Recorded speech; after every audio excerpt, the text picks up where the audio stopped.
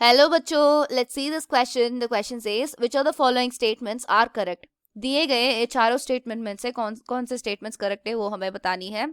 तो चलिए देख लेते हैं. अगर पहली स्टेटमेंट को देखें, दैट इज यहाँ पर की कॉन्सेप्ट होगी about the P block element. सही स्टेटमेंट्स को मार्क करनी है.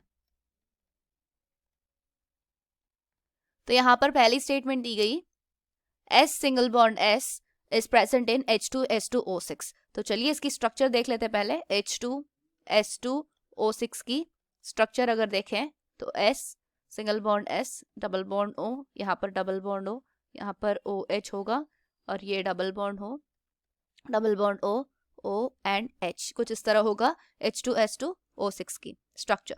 तो यहाँ पर क्वेश्चन में हमें क्या पूछा गया था? SS bond is present. Yes, यहाँ पर अगर देखें तो S सिंगल बॉन्ड S इसमें प्रेजेंट है.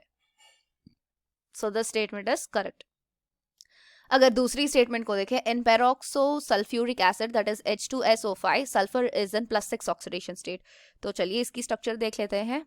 H2SO5 की स्ट्रक्चर दैट इज ये OH और ये double bond O, double bond O, OH.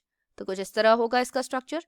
Oxygen पे होगा -2 चार्ज और इस ऑक्सीजन पे भी -2 एंड इस ऑक्सीजन पे होगा -1 एंड हियर -1. अगर इसका टोटल चार्ज कैलकुलेट करते हैं, सल्फर पे आएगा +6, oxidation state is equals to +6.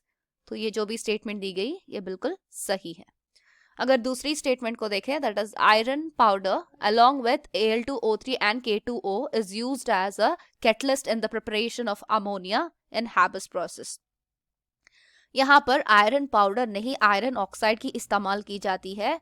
That is with K2O and Al2O3. ये क्यों होता है? To increase the equilibrium. Equilibrium जल्दी आने के लिए इसको यूज करते हैं in Haber's process. We use iron oxide with, इसको ऐसे लिख सकते हैं, that is we use iron oxide with Al2O3 and K2O to increase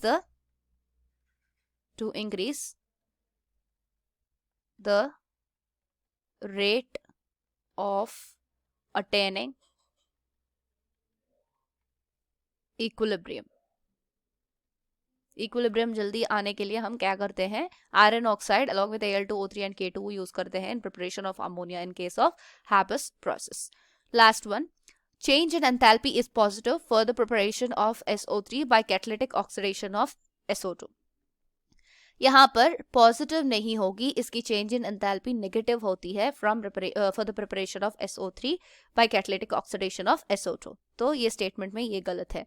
मतलब third and fourth statements are wrong, whereas 1 and 2 statements are correct. तो हमारे options बन जाएंगे 1 and 2. I hope you understand it well. All the best.